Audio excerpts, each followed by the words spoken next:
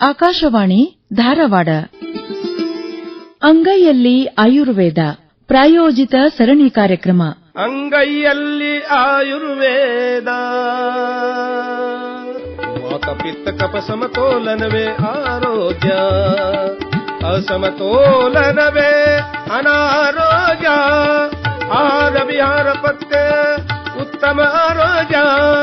ಮೆಣಸು ಶುಂಠಿ ಅಲುವೇರ ಜೀರಿಗೆ ಇಂಗು ತೆಂಗು ನಿಸರ್ಗವೇ ಇದೆ ಔಷಧಾಲಯ.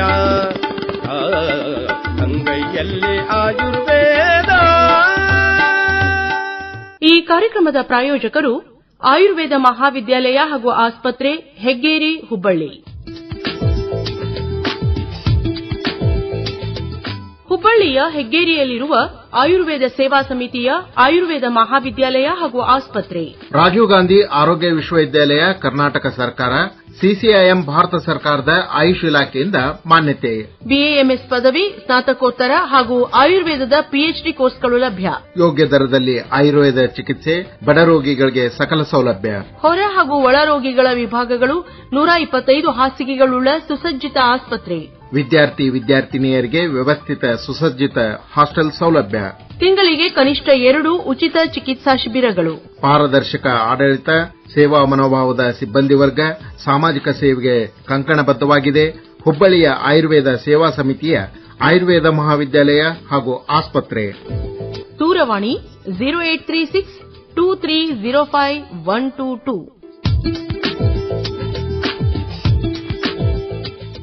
ಅಂಗೈಯಲ್ಲಿ ಆಯುರ್ವೇದ ಪ್ರಾಯೋಜಿತ ಸರಣಿ ಕಾರ್ಯಕ್ರಮದಲ್ಲಿ ಇಂದು ಹೆಗ್ಗೇರಿಯ ಆಯುರ್ವೇದ ಮಹಾವಿದ್ಯಾಲಯ ಹಾಗೂ ಆಸ್ಪತ್ರೆಯಲ್ಲಿ ಕಾಯ ಚಿಕಿತ್ಸಾ ವಿಭಾಗದಲ್ಲಿ ಪ್ರಾಧ್ಯಾಪಕರಾದ ಡಾ ಪೂರ್ಣಿಮಾ ಬಿ ಅವರೊಂದಿಗೆ ನಡೆಸಿದ ಸಂದರ್ಶನ ಕೇಳುತ್ತೀರಿ. ವಿಷಯ ಆರೋಗ್ಯಮಯ ಚರ್ಮಕ್ಕೆ ಆಯುರ್ವೇದದ ಸ್ಪರ್ಶ. ಇವರನ್ನು ಸಂದರ್ಶಿಸುತ್ತಾರೆ ಶರಣಬಸವ ಚೋಳೀನ್. ಆತ್ಮೀಯ ಕೇಳುಗರೆ, ಹೆಗ್ಗೇರಿ ಆಯುರ್ವೇದ ಮಹಾವಿದ್ಯಾಲಯ ಹಾಗೂ ಧಾರವಾಡ ಆಕಾಶವಾಣಿ ಜಂಟಿಯಾಗಿ ನಡೆಸ್ತಾ ಇರುವಂತಹ ಈ ಒಂದು ಆರೋಗ್ಯ ಕಾರ್ಯಕ್ರಮಕ್ಕೆ ನಿಮಗೆ ಸ್ವಾಗತ. ಇವತ್ತಿನ ಕಾರ್ಯಕ್ರಮದೊಳಗ ನಮ್ಮ ಜೊತೆಗೆ ಡಾಕ್ಟರ್ ಪೂರ್ಣಿಮಾ ಬಿ ಅವರಿದ್ದಾರೆ. ಕಾಯ ಚಿಕಿತ್ಸೆ ವಿಭಾಗದ ಪ್ರಾಧ್ಯಾಪಕರು, ಹೆಗ್ಗೇರಿ ಆಯುರ್ವೇದ ಮಹಾವಿದ್ಯಾಲಯದೊಳಗ ಹುಬ್ಬಳ್ಳಿಯೊಳಗ ಅವರು ಕರ್ತವ್ಯ ನಿರ್ವಹಿಸ್ತಾ ಇದ್ದಾರೆ. ವಿಶೇಷವಾಗಿ ಆರೋಗ್ಯ ಕುರಿತಂತೆ ನಮಗೆಲ್ಲ ಬಹಳ ಅವಶ್ಯಕವಾಗಿ ಬೇಕಾದಂತ ಮಾಹಿತಿ ಬೇಕಾಗಿದೆ. ಯಾಕಂದ್ರೆ ಇವತ್ತು prevention is better than cure ಅಂತಾರೆ. ಅಂದ್ರೆ ಬರದಂಗೆ ತಡೆಯುವುದೇ ಬಹಳ ಉತ್ತಮವಾದ ವಿಧಾನ. ಇಲ್ಲಾಂದ್ರೆ ಎಕ್ಸ್ರೇ, ಸ್ಕ್ಯಾನಿಂಗ್, ಅಲ್ಟ್ರಾ ಸ್ಕ್ಯಾನಿಂಗ್, ಸಾಕಷ್ಟು ಪರೀಕ್ಷೆಗಳು ಎಲ್ಲ ಇರುತ್ತದೆ. ಅದಕ್ಕೆ ನೀವು ಅದನ್ನೆಲ್ಲ ಅದರಿಂದ ದೂರ ಇರಬೇಕು. ಅಂದ್ರೆ ಒಂದಿಷ್ಟು ಆರೋಗ್ಯ ಶೈಲಿಯನ್ನು ನಾವು ರೂಢಿಸಿಕೊಳ್ಬೇಕು. ಉತ್ತಮವಾಗಿ ನಾವು ಜೀವನ ಮಾಡ್ಲಿಕ್ಕೆ ಸಾಧ್ಯ ಆದ್ರೆ ಹೇಗೆ ಆರೋಗ್ಯರಹಿತವಾಗಿರಬಹುದು. ಬೆಳಿಗ್ಗೆ ವಾಕಿಂಗ್ ಇರಬಹುದು, ಊಟವನ್ನು ತಕ್ಕ ಮಟ್ಟಿಗೆ ಸರಿಯಾಗಿ ಮಾಡುವಂತದ್ದು, ಆಮೇಲೆ ವ್ಯಾಯಾಮ ಮಾಡುವಂತದ್ದು, ಆಮೇಲೆ ಧನಾತ್ಮಕ ಆಲೋಚನೆ, ಸಮಯಕ್ಕೆ ಸರಿಯಾಗಿ ನಿದ್ದೆ ಮಾಡುವಂತದ್ದು, ಇವೆಲ್ಲ ಮಾಡಿದ್ರೆ ಖಂಡಿತವಾಗಿ ನಮ್ಮ ಆರೋಗ್ಯ ನಮ್ಮ ಕೈಯಲ್ಲಿದೆ. ನಮ್ಮೊಳಗೆ ಒಬ್ಬ ವೈದ್ಯ ಇದ್ದಾನೆ. ನಮ್ಮೊಳಗಿರೋ ವೈದ್ಯನಿಗೆ ನಾವು ಸರಿಯಾಗಿ ಅವಕಾಶ ಕೊಟ್ಬಿಟ್ರೆ ಬೇರೆ ಹೊರಗಡೆ ಹೋಗೋ ಅವಶ್ಯಕತೆ ಇಲ್ಲ. ಆದ್ರೆ ಹೊರಗಡೆ ಸಾಕಷ್ಟು ತಿಂಡಿ ತಿನ್ನೋದು ಜಾಸ್ತಿ ಆಗಿದೆ. ಆಮೇಲೆ ಅನಿಯಮಿತವಾಗಿ ಊಟ ಮಾಡೋದೇ ಶುಗರ್ಗೆ ಕಾರಣ ಅಂತ ಆಯುರ್ವೇದದಲ್ಲೂ ತುಂಬಾ ಸ್ಪಷ್ಟವಾಗಿ ಹೇಳಿದೆ. ಮನೆಗೆ ಅಮ್ಮನೇ ಎಷ್ಟೋ ಔಷಧಿ ಮಾಡ್ಕೊಡ್ತಿದ್ಲು. ಗೃಹಿಣಿನೇ ಮನೆಯೊಳಗಿನ ಒಂದು ಚೂರ್ಣ, ಆಮೇಲೆ ಶುಂಠಿ ಇದರಿಂದನೇ ಮಾಡ್ಕೊಡ್ತಿದ್ರು. ಹಾಗೆ ನೋಡಿದ್ರೆ ಈಗ ನಮ್ಗೆ ಅದರ ಅವಶ್ಯಕತೆ ಬಹಳ ಅದ ಆಯುರ್ವೇದ ಅಂತ ಹೇಳ್ತಾ, ಚರ್ಮ ನಮ್ಮ ದೇಹದ ಅತಿ ದೊಡ್ಡವಾದ ಅಂಗ. ಒಂದು ಕಾಂತಿಯುತವಾಗಿ ಮತ್ತು ಆರೋಗ್ಯದಾಯಕ ಇಟ್ಕೊಳ್ಬೇಕು ಅಂದ್ರೆ ಹೆಂಗೆ ನಾವು ನೋಡ್ಕೊಳ್ಬೇಕು. ಚರ್ಮದ ಮೂಲಕನೇ ನಮಗೆ ಎಷ್ಟೋ ರೋಗಗಳ ಒಂದು ಇರುವಿಕೆ ಗೊತ್ತಾಗ್ತದೆ. ಅದನ್ನು ಕೂಡ ಹೆಂಗೆ ಪತ್ತೆ ಹಚ್ಚಬೇಕು. ಒಟ್ಟಾರೆ ಆರೋಗ್ಯಯುತವಾದ ಚರ್ಮ ಬೇಕು ಅಂತಂದಾಗ ಆಯುರ್ವೇದ ಸ್ಪರ್ಶ ಯಾವ ರೀತಿ, ಆರೋಗ್ಯಮಯ ಚರ್ಮಕ್ಕೆ ಆಯುರ್ವೇದ ಸ್ಪರ್ಶ, ಈ ಕುರಿತಂತೆ ಇವತ್ತು ಡಾಕ್ಟರ್ ಪೂರ್ಣಿಮಾ ಬಿ ಅವರು ನಿಮಗೆ ಮಾಹಿತಿ ನೀಡಲಿದ್ದಾರೆ. ನಿಮ್ಮೆಲ್ಲರ ಪರವಾಗಿ ಡಾಕ್ಟರ್ ಪೂರ್ಣಿಮಾ ಅವರನ್ನು ಸ್ವಾಗತ ಮಾಡ್ತಾ ಇದ್ದೆ. ನಮಸ್ಕಾರ ಡಾಕ್ಟರ್ ಪೂರ್ಣಿಮಾ ಅವರೇ. ಸುಸ್ವಾಗತ. ಆರಂಭದೊಳಗೆ ಜೀವನ ಶೈಲಿ ಹೇಗೆ ಚೆನ್ನಾಗಿದ್ರೆ ನಮ್ದು ಆರೋಗ್ಯ ಚೆನ್ನಾಗಿರ್ತದೆ ಹೇಳ್ಬೋದಾ ಆಯುರ್ವೇದದೊಳಗೆ? ಹೆಲ್ದಿ ಸ್ಕಿನ್ ಹೆಲ್ದಿ ಯು ಅಂತ ಅಲ್ವಾ? ನಮ್ಮ ಆರೋಗ್ಯ ನಮ್ಮ ಕೈಲೇ ಇರ್ತದೆ. ಆಮೇಲೆ ನಮ್ಗೆಲ್ಲ ಗೊತ್ತಿರುವಂತ ಈ ತ್ವಚೆ ಅಥವಾ ಚರ್ಮ ನಮ್ಮ ದೇಹದ ನೀವೇ ಹೇಳಿದಾಗೆ ಬಹುದೊಡ್ಡ ಅಂಗ. ಹಾಗೂ ಆ ತ್ವಚೆ ನಮ್ಮ ಆರೋಗ್ಯವನ್ನ ಪ್ರತಿಫಲಿಸುತ್ತೆ. ನಮ್ಮ ಆರೋಗ್ಯ ಹೇಗಿದೆ ಅನ್ನೋದನ್ನ ನಮ್ಮ ತ್ವಚೆಯ ಮೂಲಕನೇ ನಾವು ತಿಳ್ಕೋಬಹುದು. ಪೇಷಂಟ್ ನಾವು ಹಾಗೆ ಮಾಡ್ತೀವಿ, ದರ್ಶನದ ಪರೀಕ್ಷಾ ಅಂತ ಮಾಡ್ತೇವೆ. ಅಂದ್ರೆ ಪೇಷಂಟ್ ನಮ್ಮ ಒಪಿಡಿಗೆ ಅಥವಾ ಕ್ಯಾಬಿನ್ಗೆ ಎಂಟ್ರಿ ಆದ ತಕ್ಷಣ ನಾವು ಅವ್ರ ಒಂದು ದರ್ಶನತ ಅಂದ್ರೆ ಅವರ ರೂಪ, ಅವರ ಚರ್ಮವನ್ನ ನೋಡಿ ಕೂಡ ಹೇಳ್ಬೋದು ಅವ್ರಿಗೆ ಯಾವ ರೀತಿ ಅಂದ್ರೆ ರೋಗಿ ಆರೋಗ್ಯವಂತನಾಗಿದ್ದಾನಾ ಇಲ್ವಾ ಅಂತ ಹೇಳ್ಬೋದು. ಸೊ ಆಮೇಲೆ ನಮ್ಮ ಆಯುರ್ವೇದದಲ್ಲೂ ಕೂಡ ಹೇಳಿದೆ, ಆಯುಃ ಕಾಮನಮಾನೇನ ಧರ್ಮಾರ್ಥ ಸುಖ ಸಾಧನಂ ಆಯುರ್ವೇದೋಪದೇಶೇಶು ವಿಧೇಯ ಪರಮಾದರಃ ಅಂತ. ಅಂದ್ರೆ ಈ ಯಾರು ಆಯುರ್ವೇದದಲ್ಲಿ ಹೇಳಿರುವಂತಹ ಉಪದೇಶಗಳನ್ನ ಭಕ್ತಿಯಿಂದ, ಶ್ರದ್ಧೆಯಿಂದ, ನಿಷ್ಠೆಯಿಂದ ಒಂದು ಗೌರವಯುತವಾಗಿ ಅವನ್ನ ಪಾಲನೆ ಮಾಡಿದ್ರೆ ಸಂಪೂರ್ಣವಾಗಿ ಒಂದು ಉತ್ಕೃಷ್ಟವಾದ ಆರೋಗ್ಯವನ್ನ ಪಡಿಬಹುದು ಅಂತ ಹೇಳಿದ್ದಾರೆ. ಹಾಗಾಗಿ ನಾನು ಇವತ್ತು ಇದು ಸಾಮಾನ್ಯ ಆರೋಗ್ಯವನ್ನ ಹೇಗೆ ಅಚೀವ್ ಮಾಡೋದು ಅನ್ನೋದ್ರ ಜೊತೆಗೆ ತ್ವಚೆಯ ಆರೋಗ್ಯವನ್ನು ಕೂಡ ಹೇಗೆ ನಾವು ಕಾಪಾಡಿಕೊಳ್ಳಬಹುದು ಅನ್ನೋ ವಿಷಯದ ಬಗ್ಗೆ ನಾನು ಮಾತಾಡ್ಲಿಕ್ಕೆ ಇಚ್ಛೆಪಡ್ತೀನಿ. ಡಾಕ್ಟರ್ ಪೂರ್ಣಿಮಾ ಅವರೇ, ಚರ್ಮ ಒಂದು ವೈದ್ಯನಾಗಿ ಕೂಡ ಕೆಲಸ ಮಾಡುತ್ತೆ. ಒಳಗಿನ ಎಷ್ಟೋ ಹಾನಿಕಾರಕ ಅಂಶಗಳನ್ನು ಹೊರಗೆ ಹಾಕ್ತದೆ. ಆದ್ರೆ ಇಷ್ಟು ವಿಸ್ಮಯಕಾರಿ ಚರ್ಮ ಇದೆಯಲ್ಲ, ಅದು ಖಂಡಿತವಾಗಿ ಕೂಡ ನಮ್ಮ ಆರೋಗ್ಯದ ಪ್ರತಿನಿಧಿತ್ವವನ್ನ ಮಾಡ್ತದೆ. ಎಲ್ಲರೂ ನೋಡೋದು ನಮ್ಮ ಚರ್ಮವನ್ನ. ಇವತ್ತು ಏನಾದ್ರು ಸ್ವಲ್ಪ ಆರಾಮಿಲ್ಲ ಅಂದ್ರೆ ಮುಖ ಡಲ್ ಆಗ್ಬಿಡ್ತದೆ. ಅದು ತನ್ನ ಚರ್ಮ ತನ್ನ ಅಂದ್ರೆ ದೈಹಿಕ ತೊಂದರೆಯನ್ನು ಹೊರಗೆ ಹಾಕ್ತದೆ, ಹಳದಿ ಆಗ್ತದೆ. ಅದ್ರ ಮೂಲಕ ನಾವು ರೋಗಗಳನ್ನ ಕೂಡ ಐಡೆಂಟಿಫೈ ಮಾಡ್ತೀವಿ. ಆರೋಗ್ಯವನ್ನು ಮತ್ತೆ ನಮಗೆ ಗುರುತಾಗುತ್ತೆ ಆರೋಗ್ಯ ಕೂಡ ಹೇಗಿದೆ ಅನ್ನೋದು. ಆರೋಗ್ಯದಾಯಕ ಲಕ್ಷಣವನ್ನ ಅನಾರೋಗ್ಯ ಬಂದಿದೆ ಅಂತ ಚರ್ಮ ಕೂಡ ಹೇಳ್ತದೆ. ಆಯುರ್ವೇದ ಪ್ರಕಾರ ಚರ್ಮದ ಆರೋಗ್ಯವನ್ನು ಕಾಪಾಡಿಕೊಳ್ಳಿಕ್ಕೆ ಯಾವ ಕ್ರಮವನ್ನ ಅನುಸರಿಸಬೇಕು ಅಂತ ಹೇಳ್ತೀರಿ? ಯಾವ ಕ್ರಮವನ್ನು ಪಾಲಿಸಬೇಕು ಡಾಕ್ಟರ್ ಪೂರ್ಣಿಮಾ ಅವರೇ? ಸರ್, ಈಗ ಪ್ರಥಮವಾಗಿ ಹೇಳಬೇಕು ಅಂತಂದ್ರೆ, ಈಗ ತ್ವಚೆಯ ಅನಾರೋಗ್ಯಕ್ಕೆ ಕಾರಣವಾಗುವಂತಹ ಎಲ್ಲ ನಾವು ನಿಧಾನವನ್ನ ಅಂದ್ರೆ ಕಾರಣಗಳನ್ನ ಈಗ ಆಲ್ರೆಡಿ ತಿಳಿಸಿದ್ದೇವೆ. ಸೊ ನಮ್ಮ ಪ್ರಯತ್ನ ಯಾವಾಗಲೂ ಏನಿರ್ಬೇಕಂದ್ರೆ ನಮ್ಮ ತ್ವಚೆಯ ಅನಾರೋಗ್ಯಕ್ಕೆ ಕಾರಣವಾದಂತಹ ಎಲ್ಲಾ ನಿಧಾನಗಳನ್ನ ನಾವು ಅವಾಯ್ಡ್ ಮಾಡಬೇಕು, ತ್ಯಜಿಸಬೇಕು. ಅದೇ ಒಂದು ಸಂಕ್ಷೇಪತಃ ಕ್ರಿಯಾಯೋಗೆ ನಿಧಾನ ಪರಿವರ್ಜನಂ ಅಂತೀವಿ. ನಿಧಾನ ಅಂದ್ರೆ ಕಾರಣಗಳು. ಬೇರೆ ಬೇರೆ ಚರ್ಮ ರೋಗಕ್ಕೆ ಬೇರೆ ಬೇರೆ ತರನಾದ ಕಾರಣಗಳಿರುತ್ತೆ. ಅದು ಎಲ್ಲಾ ಸುಮಾರು ಕಾರಣಗಳನ್ನು ನಮ್ಮ ಸಂಹಿತೆಗಳಲ್ಲಿ ಹೇಳಿದ್ದಾರೆ. ಅದನ್ನು ನಾವೀಗ ಆಗಲೇ ತಿಳಿಸಿದ್ದೇವೆ ಕೂಡ. ಅದನ್ನೆಲ್ಲ ವರ್ಜನ, ಆಹಾರವಾಗಲಿ, ವಿಹಾರವಾಗಲಿ, ಆಚರಣೆಗಳಾಗಲಿ, ವಿವಿಧ ಪದ್ಧತಿಗಳಾಗಲಿ, ಸೊ ಅದರಲ್ಲಿ ಆಗುವಂತಹ ಅನಾಹುತಗಳು ಅಥವಾ ಪದ್ಧತಿಯನ್ನ ಫಾಲೋ ಮಾಡದೇ ಇರುವಂತಹದ್ದು, ಅಂತದನ್ನೆಲ್ಲ ನಾವು ಅವಾಯ್ಡ್ ಮಾಡಬೇಕು. ಸೊ ಹೀಗಾಗಿ ಎಷ್ಟೋ ನಾವು ತ್ವಚೆಯ ಅನಾರೋಗ್ಯವನ್ನ ಅಥವಾ ರೋಗಗಳನ್ನ ತಡೆಗಟ್ಟಬಹುದು. ಅದರ ಜೊತೆಗೆ ಈಗ ನಮ್ಮ ಆಯುರ್ವೇದದಲ್ಲಿ ಸಂಹಿತೆಗಳಲ್ಲಿ ಋತುಚರ್ಯ ಅಂದ್ರೆ ಋತುಚರ್ಯ, ದಿನಚರ್ಯ ಅಂತ ಹೇಳಿದ್ದಾರೆ. ಈಗ ನಮಗೆ ಗೊತ್ತು 6 ಋತುಗಳಿದೆ: ಶಿಶಿರ, ವಸಂತ, ಗ್ರೀಷ್ಮ, ವರ್ಷ, ಶರದ್, ಹೇಮಂತ ಅಂತ. ಈಗ ಆ ಪ್ರತಿಯೊಂದು ಋತುವಿಗೂ ನಾವು ಆಹಾರ, ವಿಹಾರ, ಔಷಧ, ಆಚರಣೆ ಹೇಗೆ ಮಾಡಬೇಕು ಅಂತ ನಮ್ಮ ಸಂಹಿತೆಗಳಲ್ಲಿ ತುಂಬಾ ಅಚ್ಚುಕಟ್ಟಾಗಿ ತುಂಬಾ ಸ್ಪೆಸಿಫಿಕ್ ಆಗಿ ಹೇಳಿದ್ದಾರೆ. ಅದನ್ನ ನಾವು ಫಾಲೋ ಮಾಡಿದ್ರೇನೆ ನಾವು ಸಾಕು, ಯಾವುದೇ ಔಷಧಗಳೇ ಬೇಕಾಗೋದಿಲ್ಲ. ಆ ಫಾಲೋ ಮಾಡಿದ್ರೆ ನಮ್ಮ ಸಾಮಾನ್ಯ ಆರೋಗ್ಯ ಜೊತೆಗೆ ತ್ವಚೆಯ ಆರೋಗ್ಯನೂ ಕೂಡ ನಾವು ಸಂಪೂರ್ಣವಾದ ಆರೋಗ್ಯವನ್ನ ಅಚೀವ್ ಮಾಡಬಹುದು. ಈಗ ಫಾರ್ ಎಕ್ಸಾಂಪಲ್ ತಗೊಳ್ಳೋದಾದ್ರೆ, ಈಗ ಪ್ರಸ್ತುತ ಶ್ರಾವಣ ಮಾಸ ಅಂದ್ರೆ ಈಗ ಯಾವ ಋತು ಅಂತ ವರ್ಷಾ ಋತು ಇದೆ. ಸೊ ವರ್ಷಾ ಋತುವಿಗೆ ನಮ್ಮ ಸಂಹಿತೆಗಳಲ್ಲಿ ಕೆಲವು ಅಂಶಗಳನ್ನ ಹೇಳ್ತಾನೆ. ಅಂದ್ರೆ ನಾವು ಏನೇನು ಎಲ್ಲ ಫಾಲೋ ಮಾಡಬೇಕು. ಅವಾಗ ಏನಾಗಿರುತ್ತೆ ನಮ್ಮ ದೇಹದಲ್ಲಿ ಅಂತಂದ್ರೆ ವಾತದೋಷ ಪ್ರಕೋಪ ಆಗಿರುತ್ತೆ.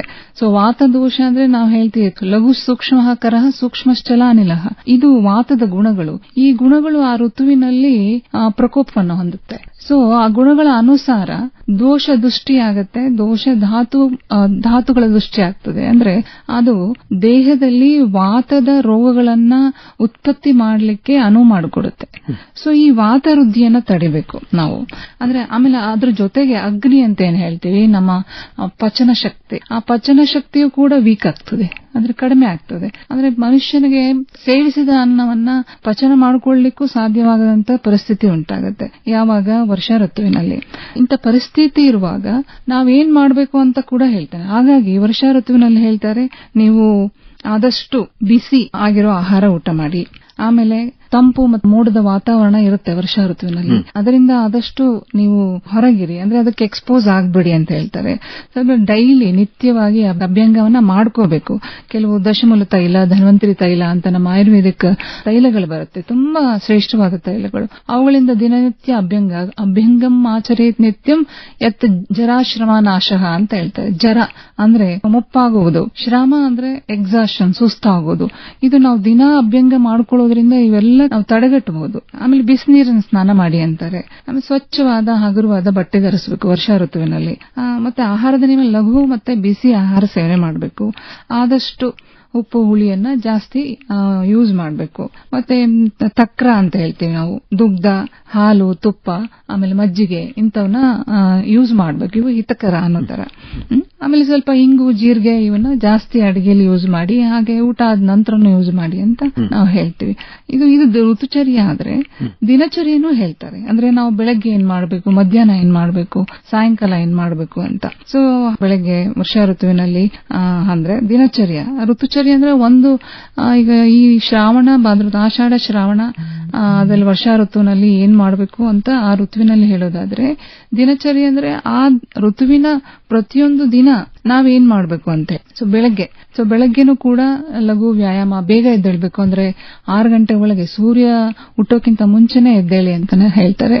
ಲಘು ವ್ಯಾಯಾಮ ಮಾಡಿ, ಆಮೇಲೆ ಉಷ್ಣ ಜಲಪಾನ ಮಾಡಿ, ಮಧ್ಯಾಹ್ನ ಹೇಳ್ತಾರೆ ಮಧ್ಯಾಹ್ನ ಆದಷ್ಟು ನಿದ್ದೆಯನ್ನ ತಪ್ಪಿಸಿ, ದಿವಾ ಸ್ವಪ್ನ ಅಂತ ಹೇಳ್ತೀವಿ ನಾವು, ನಿದ್ದೆಯನ್ನ ತಪ್ಪಿಸಿ. ಅಂದ್ರೆ ಮಧ್ಯಾಹ್ನ ಕೆಲವು ಊಟ ಆದ್ಮೇಲೆ ಮಲಗಿಬಿಡ್ತಾರೆ, ಅದು ನಮ್ಮ ಆಯುರ್ವೇದದಲ್ಲಿ ಎಷ್ಟೋ ರೋಗಗಳಿಗೆ ಕಾರಣ ಆಗುತ್ತೆ.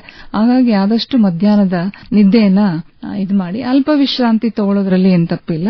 ಸಾಯಂಕಾಲನೂ ಅಷ್ಟೇ ಒಂದು ಮೃದುವಾದ ವ್ಯಾಯಾಮ ಮಾಡಿ, ಬಿಸಿ ಕಷಾಯ ಕುಡಿರಿ, ಆಮೇಲೆ ಮಿತವಾದ ಆಹಾರ ಸೇವನೆ ಮಾಡಿ ಅಂತಾರೆ. ರಾತ್ರಿ ಕೂಡ ಬಿಸಿ ಲಘು ಆಹಾರ ಸೇವನೆ ಮಾಡಿ, ಕೆಲವು ಲಘು ಪಾನೀಯಗಳನ್ನ, ಕಷಾಯಗಳನ್ನ ಸೇವಿಸಿ ಅಂತ. ಈ ತರ ದಿನಚರ್ಯೆ ಮತ್ತು ಋತುಚರ್ಯೆ ತುಂಬಾ ಸ್ಪಷ್ಟವಾಗಿ ಹೇಳಿದ್ದಾರೆ. ಇದು ಒಂದು ಪ್ರಾಕೃತಿಕ ಪದ್ಧತಿ, ಆಯುರ್ವೇದದಲ್ಲಿ ಹೇಳಿದೆ, ಯಾವುದೇ ಔಷಧಿ ಅಲ್ಲ ಇದು ನಾವು ದಿನನಿತ್ಯ ನಮ್ಮ ಜೀವನದಲ್ಲಿ ತುಂಬಾ ಸುಲಭವಾಗಿ ಸರಳವಾಗಿ ಅಳವಡಿಸಿಕೊಳ್ಳಲಿಕ್ಕೆ ಸಾಧ್ಯ ಆಗುವಂತಹ ಪದ್ಧತಿ. ಇವುಗಳನ್ನ ಅನುಸರಿಸೋದ್ರಿಂದ ಕೂಡ ನಾವು ಆ ತ್ವಚೆಯ ಆರೋಗ್ಯವನ್ನ ತುಂಬಾ ಯಶಸ್ವಿಯಾಗಿ ಕಾಪಾಡಿಕೊಳ್ಬಹುದು. ಡಾಕ್ಟರ್ ಪೂರ್ಣಿಮಾ ಅವರೇ, ಅಂದ್ರೆ ವಿಶೇಷವಾಗಿ ಋತುಚರ್ಯ ಮತ್ತು ದಿನಚರ್ಯ ಅವುಗಳಲ್ಲಿ ನಾವು ಅಂದ್ರೆ ನಮ್ಮ ದೇಹವನ್ನ ನೋಡ್ಕೊಳ್ಬೇಕಾದಂತ ಒಂದು ಜವಾಬ್ದಾರಿಯನ್ನು ನಾವು ಮರಿಬಾರದು, ಮತ್ತು ವಿಶೇಷವಾಗಿ ಆಹಾರ ಕುರಿತಂತೆ ಕೂಡ ಬಹಳ ಕಾಳಜಿ ವಹಿಸಬೇಕು. ಮಧ್ಯಾಹ್ನ ನಿದ್ದೆ ಮಾಡಬಾರ್ದು ಬರೆ ಅಂತ ಹೇಳಿ.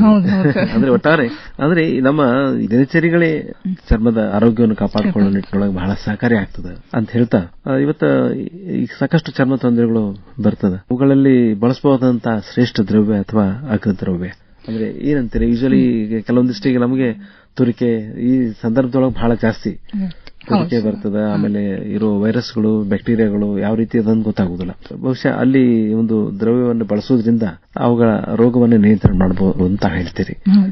ಯಾವ ಚರ್ಮದ ತೊಂದರೆಗಳಲ್ಲಿ ಯಾವ ಶ್ರೇಷ್ಠ ದ್ರವ್ಯ ಬಳಸಬಹುದು? ಸಾಮಾನ್ಯವಾಗಿ ನಾವು ಅಂದ್ರೆ ಸುಮಾರು ಸ್ಪಷ್ಟವಾದ ಅಥವಾ ಉತ್ತಮವಾದ ಔಷಧ ದ್ರವ್ಯಗಳು ನಮ್ಮ ಆಯುರ್ವೇದದಲ್ಲಿ ಹೇಳಿದ್ದಾರೆ. ಅದರಲ್ಲಿ ಅಷ್ಟಾಂಗ ಸಂಗ್ರಹದಲ್ಲಿ ಅಗ್ರದ್ರವ್ಯ ಅಂತಾನೆ ಹೇಳಿದ್ದಾರೆ. ಅಗ್ರ್ಯ ಅಂತಂದ್ರೆ ಶ್ರೇಷ್ಠ ಔಷಧಿ ಅಂತ. ಸೊ ಈಗ ನಾವು ತ್ವಚೆಯ ಆರೋಗ್ಯಕ್ಕಾಗಿ ಅಥವಾ ತ್ವಚೆಗಳ ಅನಾರೋಗ್ಯದಲ್ಲಿ ನಾವು ತುಂಬಾ ಉತ್ಕೃಷ್ಟ ಔಷಧ ಅಂತಂದ್ರೆ ಖದಿರ ಅಂತ. ಸೊ ಅಕೇಶಿಯಾ ಕಟಿಚು ಅಂತ ಒಂದು ಬರುತ್ತೆ. ಸೊ ಖದಿರ ದ್ರವ್ಯನ ಅದು ಶ್ರೇಷ್ಠ. ಅದನ್ನ ನಾವು ಕಷಾಯ ಫಾರಂ ಅಲ್ಲಿ, ಅರಿಷ್ಟ ಫಾರಂ ಅಲ್ಲಿ ಅಥವಾ ಜಲಗಳ ಫಾರಂ ಅಲ್ಲಿ ಇದನ್ನ ನಾವು ಸ್ನಾನ, ಪಾನ ಮತ್ತೆ ಪರಿಷೇಕಾರ್ಥ ಅಂತ ಆ ಔಷಧಿ ದ್ರವ್ಯದಿಂದ ಕಷಾಯವನ್ನ ನಾವು ಪ್ರಿಪೇರ್ ಮಾಡಿ ಅದನ್ನ ಸ್ನಾನ ಮಾಡಬಹುದು, ಸ್ನಾನ ಮಾಡ್ಲಿಕ್ಕೆ ಯೂಸ್ ಮಾಡಬಹುದು. ಮತ್ತೆ ಪಾನ ಅಂದ್ರೆ ಕುಡಿಬಹುದು ಕಷಾಯವನ್ನ. ಸೊ ಒಂದು ಬೆಳಗ್ಗೆ, ಮಧ್ಯಾಹ್ನ, ರಾತ್ರಿ ಹೀಗೆ ಇಷ್ಟಿಷ್ಟು ಅಂತ ಅಂದ್ಬಿಟ್ಟು ನಾವು ಕಷಾಯವನ್ನ ಕುಡಿಬಹುದು. ಮತ್ತೆ ಪರಿಷೇಕಾರ್ಥ ಅಂದ್ರೆ ಸ್ಪ್ರಿಂಕ್ಲಿಂಗ್ ಅಂತ. ಈಗ ಸ್ಪ್ರಿಂಕ್ಲಿಂಗ್ ಅಂದ್ರೆ ಚಿಮುಕ್ಸೋದು ಕಷಾಯವನ್ನೇ ಆ ರೋಗಿಯ ಇದಕ್ಕೆ. ರೋಗಿ ಅಂತಾನೆ ಅಲ್ಲ, ಆರೋಗ್ಯವಂತರು ಕೂಡ ಇದನ್ನ ಪ್ರತಿದಿನ ನಾವು ಪ್ರಯೋಗ ಮಾಡ್ಕೋಬಹುದು. ಇದು ಶ್ರೇಷ್ಠ ದ್ರವ್ಯ ಅಂತ ಹೇಳ್ತೇವೆ, ಸಾಮಾನ್ಯವಾದ ಶ್ರೇಷ್ಠ ದ್ರವ್ಯ ಇದು. ಡಾಕ್ಟರ್ ಪೂರ್ಣಿಮಾ ಅವರೇ, ಇಲ್ಲಿ ತನಕ ಆರೋಗ್ಯಮಯ ಚರ್ಮಕ್ಕೆ ಆಯುರ್ವೇದ ಸ್ಪರ್ಶ ಅಂತ ಒಂದು ಶೀರ್ಷಿಕೆ ಇಡಿ ಉತ್ತಮವಾದ ಮಾಹಿತಿಯನ್ನು ತಾವು ನೀಡಿದ್ದೀರಾ. Prevention is better than cure ಅನ್ನೋದು ಕೂಡ ಇಲ್ಲೇ ಇದಾಗುತ್ತೆ. ಆರಂಭಿಕವಾಗಿ ನಾವು ಒಂದು ಕ್ರಮಗಳನ್ನ, ವಿಶೇಷವಾಗಿ ಆಹಾರ ಕ್ರಮ ಇರಬಹುದು ಮತ್ತೆ ಔಷಧ ಕ್ರಮ ಇರಬಹುದು, ಅವುಗಳನ್ನು ನಾವು ಅನುಸರಿಸಿದರೆ ಖಂಡಿತವಾಗಿ ಉತ್ತಮ ಆಗ್ತದೆ. ನಮ್ಮೆಲ್ಲ ಆತ್ಮೀಯ ಕೇಳುಗರ ಪರವಾಗಿ ಹೃತ್ಪೂರ್ವಕ ಅಭಿನಂದನೆಗಳು, ಧನ್ಯವಾದಗಳು, ನಮಸ್ಕಾರ. ನಮಸ್ಕಾರ. ಆರೋಗ್ಯಮಯ ಚರ್ಮಕ್ಕೆ ಆಯುರ್ವೇದದ ಸ್ಪರ್ಶ ಈ ಕುರಿತು ಇದುವರೆಗೂ ಡಾಕ್ಟರ್ ಪೂರ್ಣಿಮಾ ಬಿ ಅವರೊಂದಿಗೆ ನಡೆಸಿದ ಸಂದರ್ಶನ ಕೇಳಿದಿರಿ. ಈ ವಾರದ ಪ್ರಶ್ನೆ: ಎಲ್ಲಾ ಚರ್ಮದ ತೊಂದರೆಗಳಿಗೆ ಬಳಸಬಹುದಾದ ಶ್ರೇಷ್ಠ ದ್ರವ್ಯ ಯಾವುದು? ಪ್ರಶ್ನೆ ಮತ್ತೊಮ್ಮೆ: ಎಲ್ಲಾ ಚರ್ಮದ ತೊಂದರೆಗಳಿಗೆ ಬಳಸಬಹುದಾದ ಶ್ರೇಷ್ಠ ದ್ರವ್ಯ ಯಾವುದು? ಪ್ರಶ್ನೆಗೆ ಸರಿಯಾದ ಉತ್ತರವನ್ನು ಒಂದು ವಾರದ ಒಳಗಾಗಿ ಅಂಗೈಯಲ್ಲಿ ಆಯುರ್ವೇದ ಸರಣಿ ಕಾರ್ಯಕ್ರಮ, ರಸಪ್ರಶ್ನೆ ವಿಭಾಗ, ಹೆಗ್ಗೇರಿ ಆಯುರ್ವೇದ ಕಾಲೇಜ್ ಮತ್ತು ಆಸ್ಪತ್ರೆ, ಹೆಗ್ಗೇರಿ ಬಡಾವಣೆ, ಹಳೆ ಹುಬ್ಬಳ್ಳಿ 580024 ಈ ವಿಳಾಸಕ್ಕೆ ತಲುಪಿಸಬೇಕು. ಕಾರ್ಯಕ್ರಮ ಪ್ರಸ್ತುತಿ ಶರಣಬಸವ ಚೋಳೀನ್. ಪ್ರಸ್ತುತಿ ನೆರವು ಉಷಾ ಕುಲಕರ್ಣಿ. ಅಂಗೈಯಲ್ಲಿ ಆಯುರ್ವೇದ ಪಿತ್ತ ಕಫ ಸಮತೋಲನವೇ ಆರೋಗ್ಯ. ಆತ್ಮೀಯ ಕೇಳುಗರೆ, ಈ ಸಂದರ್ಶನದ ಮುಂದುವರೆದ ಭಾಗವನ್ನು ಮುಂದಿನ ರವಿವಾರ ಇದೇ ಸಮಯದಲ್ಲಿ ಕೇಳಲಿದ್ದೀರಿ. ಈ ಕಾರ್ಯಕ್ರಮದ ಪ್ರಾಯೋಜಕರು ಆಯುರ್ವೇದ ಮಹಾವಿದ್ಯಾಲಯ ಹಾಗೂ ಆಸ್ಪತ್ರೆ, ಹೆಗ್ಗೇರಿ, ಹುಬ್ಬಳ್ಳಿ.